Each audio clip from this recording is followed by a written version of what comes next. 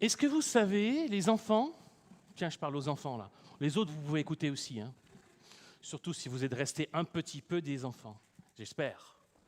Les enfants, est-ce que vous savez qu'on parle de vous dans la Bible? Vous savez ça? De vous, vous spécifiquement les enfants. Jésus, plusieurs fois, parle de vous. Et non seulement pour dire que vous êtes important, non seulement pour dire qu'il faut vous prendre en considération, qu'il faut vous écouter, qu'il faut vous accueillir, mais plus encore, et là je m'adresse à tout le monde, Jésus vous les enfants, comme des exemples pour nous, les vieux, les adultes. Et oui, la Bible parle des enfants, et plus que la Bible, Jésus lui-même parle des enfants. Et depuis 2 semaines, on a commencé le temps de l'Avent, hein, on s'en rend compte quand même avec la déco. Et dans ce temps de l'Avent, pendant nos cultes le dimanche, on a toujours un temps de prédication où on lit un texte biblique, on médite ce texte, et on a choisi de lire des textes bibliques qui parlent des enfants. Et il y a 15 jours, c'est Églantine qui a évoqué un épisode dans les évangiles où Jésus a accueilli des enfants alors que ses disciples qui étaient avec lui ne voulaient pas qu'il l'accueille. Ils voulaient laisser de côté les enfants. Et Jésus dit non, non, non, non, non, laissez venir les enfants. Et Jésus a dit laissez les enfants venir à moi et ne les empêchez pas, car le royaume des cieux appartient à ceux qui leur ressemblent. Il faut être comme eux. Pour connaître Dieu et son royaume, autrement dit pour connaître Dieu et ce qu'il fait, son œuvre, il faut se reconnaître comme des enfants, petits, vulnérables, dépendants devant Dieu. Et la semaine dernière, c'est Florence qui a lu un autre texte, un autre épisode dans les évangiles, qui souligne l'importance d'accueillir les enfants, d'accueillir les petits. Et Jésus a dit, qui accueille en mon nom un enfant comme celui-là, comme vous, eh bien, il m'accueille moi-même. Et qui m'accueille, ce n'est pas moi qui l'accueille, mais celui qui m'a envoyé. Être grand, c'est accueillir le petit. Et c'est dans ce processus d'accueil que Jésus vient nous rencontrer. Alors, on va lire un autre texte ce matin qui est un peu dans la même veine, qui parle des petits, qui parle des enfants. Et il a quelque chose de spécial, ce texte, c'est que c'est une prière de Jésus. On dit, est-ce que c'est bizarre? Ben oui, c'est bizarre. Parce que les évangiles nous disent que Jésus priait. On le voit plusieurs fois aller s'isoler pour prier, mais dans ce texte-là, Jésus prie à haute voix et on entend sa prière. Et on va lire ce texte qui se trouve dans l'Évangile selon Matthieu. On ne sait pas exactement le contexte, quand Jésus a dit cette prière, mais si on lit juste avant, dans la Bible, on se rend compte que dans les versets qui précèdent, Jésus fait référence aux personnes qui ont vu que Jésus a fait des miracles et pourtant qui ont refusé de croire. Et encore avant, il évoque Jean-Baptiste, qui était un personnage important, qui annonçait la venue de Jésus, et qui dit « Mais vous l'avez entendu, mais vous ne l'avez pas cru. Vous n'avez pas répondu à son appel. » Donc face au blocage, aux résistances de ceux qui ne voulaient pas ou n'arrivaient pas à croire, Jésus prie à haute voix. Et il s'émerveille en disant, Matthieu 11, versets 25 et 26, « En ce temps-là, Jésus prit la parole et dit, « Ô Père, Seigneur du ciel et de la terre, je te loue d'avoir révélé aux tout-petits ce que tu as caché aux sages et aux personnes instruites. Oui, Père, dans ta bienveillance, tu as voulu qu'il en soit ainsi. » En gros, ce que dit Jésus, c'est que Dieu a complètement renversé les valeurs. Ce n'est pas aux grands, aux intelligents, aux sages, aux instruits qu'il se révèle, mais aux tout petits, comme les petits enfants. Qu'est-ce que ça signifie? Et là, les enfants, vous allez nous aider. Alors, je sais que c'est bientôt les vacances, mais quand même, est-ce que vous aimez aller à l'école? formidable. Hein. C'est plus tard que ça se complique, hein, en général. Et pourquoi est-ce que vous aimez aller à l'école? Qu'est-ce que vous aimez à l'école? Les activités. Ouais. La cantine, ouais, génial. Ça a dû changer, je pense. Qu'est-ce que vous aimez à l'école? Jouer. Ouais. Ah ben oui, la récréation. Et pourquoi, d'après vous, pourquoi est-ce que c'est important d'aller à l'école? Parce que les parents travaillent. Intéressant. Mais on pourrait aller ailleurs qu'à l'école pendant que les parents travaillent. Oui, pourquoi?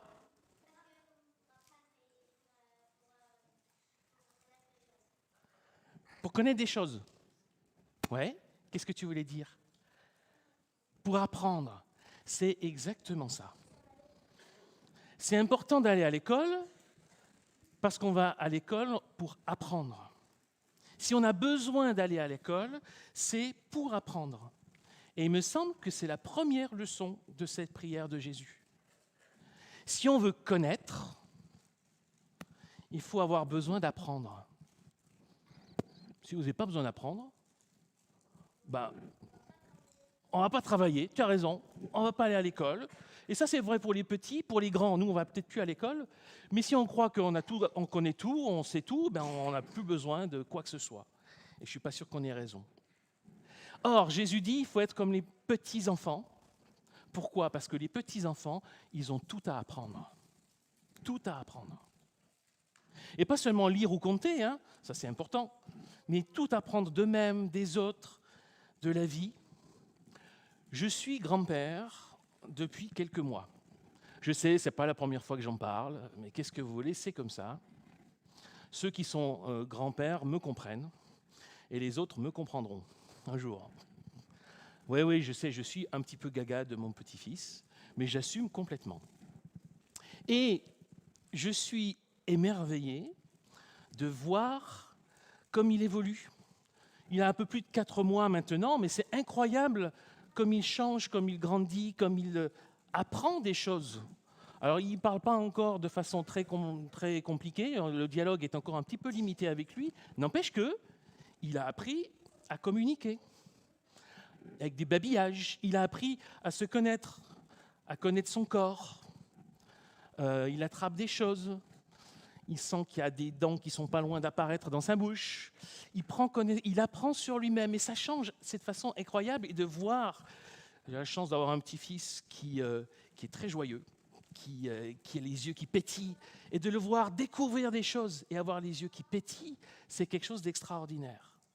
Qu'est-ce qu'il y a de plus beau que les yeux pétillants d'un enfant émerveillé de découvrir quelque chose, émerveillé d'un nouvel apprentissage, de quelque chose qu'il n'avait jamais vu, de quelque chose qu'il ne connaissait pas. Nous, parfois, les grands, on est un peu blasés, on a tout vu, on a tout connu. Mais les enfants, ils découvrent énormément de choses. Et ces yeux pétillants, dans la découverte, c'est quelque chose de beau, tout simplement de beau. Et moi, j'imagine Jésus avec les mêmes yeux pétillants quand il dit cette prière. Enfin, s'il a les yeux ouverts quand il prie, ça, je ne sais pas. Mais j'imagine. Jésus avec le même œil pétillant en disant, mais c'est extraordinaire. C'est au tout petit que tu te révèles. Pas aux grands, pas aux sages, pas aux intelligents, au tout petit, mais c'est formidable.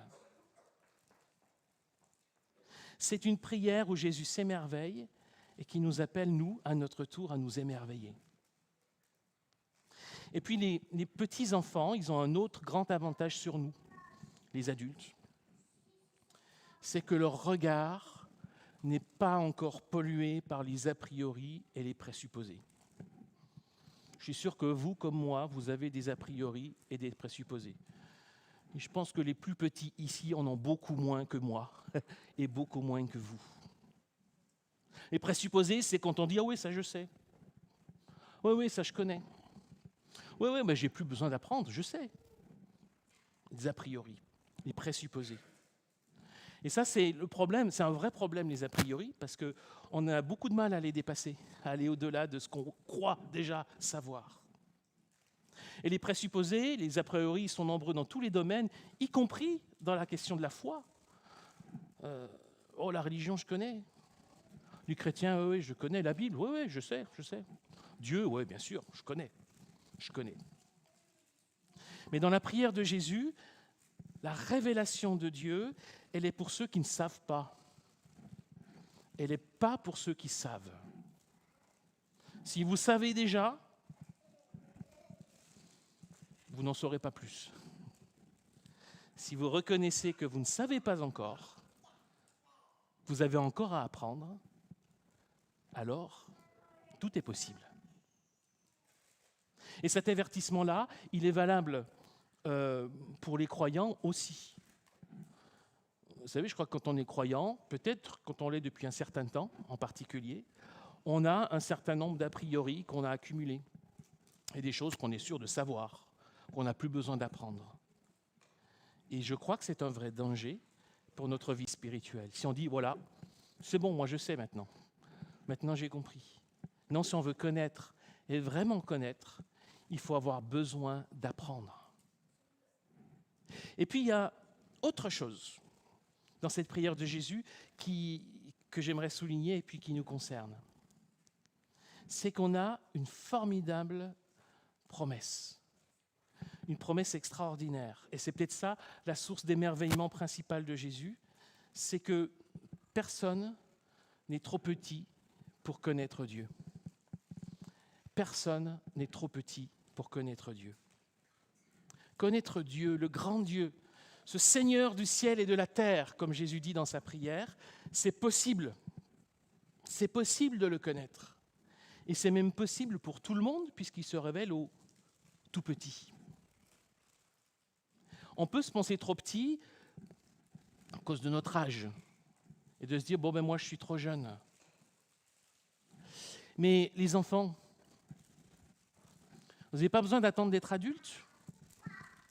Pas besoin d'attendre d'être adulte pour aimer Dieu, pour apprendre à le connaître, pour le découvrir. Ce n'est pas une chose seulement pour les grands, ce n'est pas seulement pour les adultes. Vous, les enfants, vous pouvez aujourd'hui connaître Dieu, découvrir qu'il vous aime et qu'il est là avec vous. Alors un enfant, il peut connaître Dieu, ça j'en suis persuadé. Il peut avoir une démarche de foi personnelle. Évidemment qu'il ne croira pas de la même façon qu'un adulte. Mais c'est normal. À tous les âges de notre vie, on ne croit pas de la même façon. La foi, ça bouge, ça évolue, c'est vivant. On ne vit pas notre foi de la même façon au tout début de notre vie chrétienne ou à la fin. On ne le vit pas de la même façon quand on est adolescent, quand on est jeune adulte, quand on est d'âge mûr ou quand on est au soir de sa vie. Mais la foi, elle est là.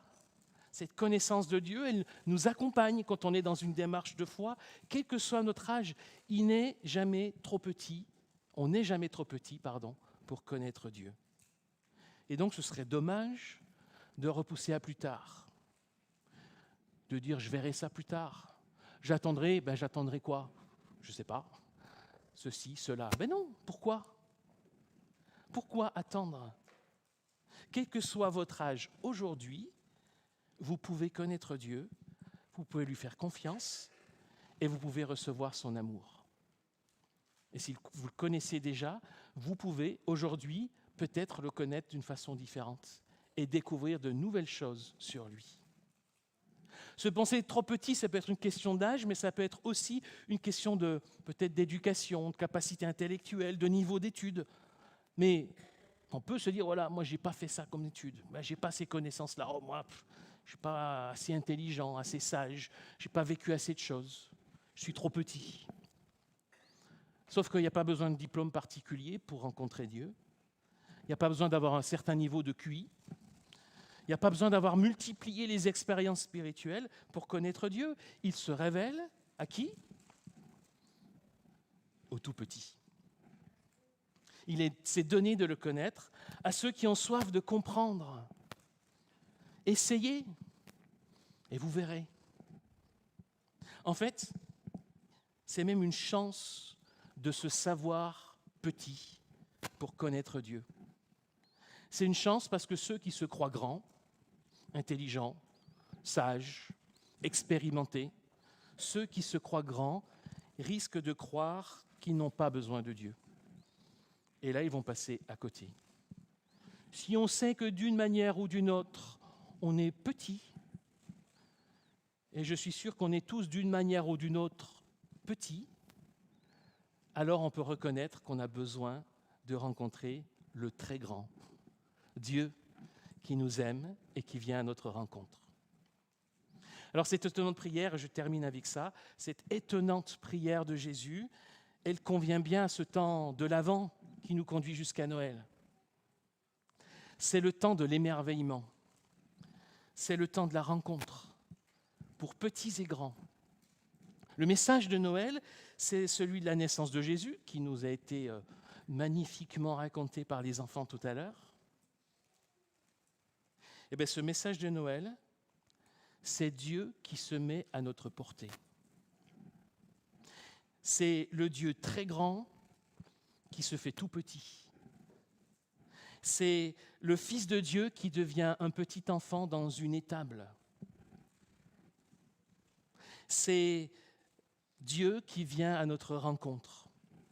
Et aujourd'hui, si nous avons soif d'apprendre, soif de le connaître, nous pouvons le rencontrer et le rencontrer tout à nouveau par la foi.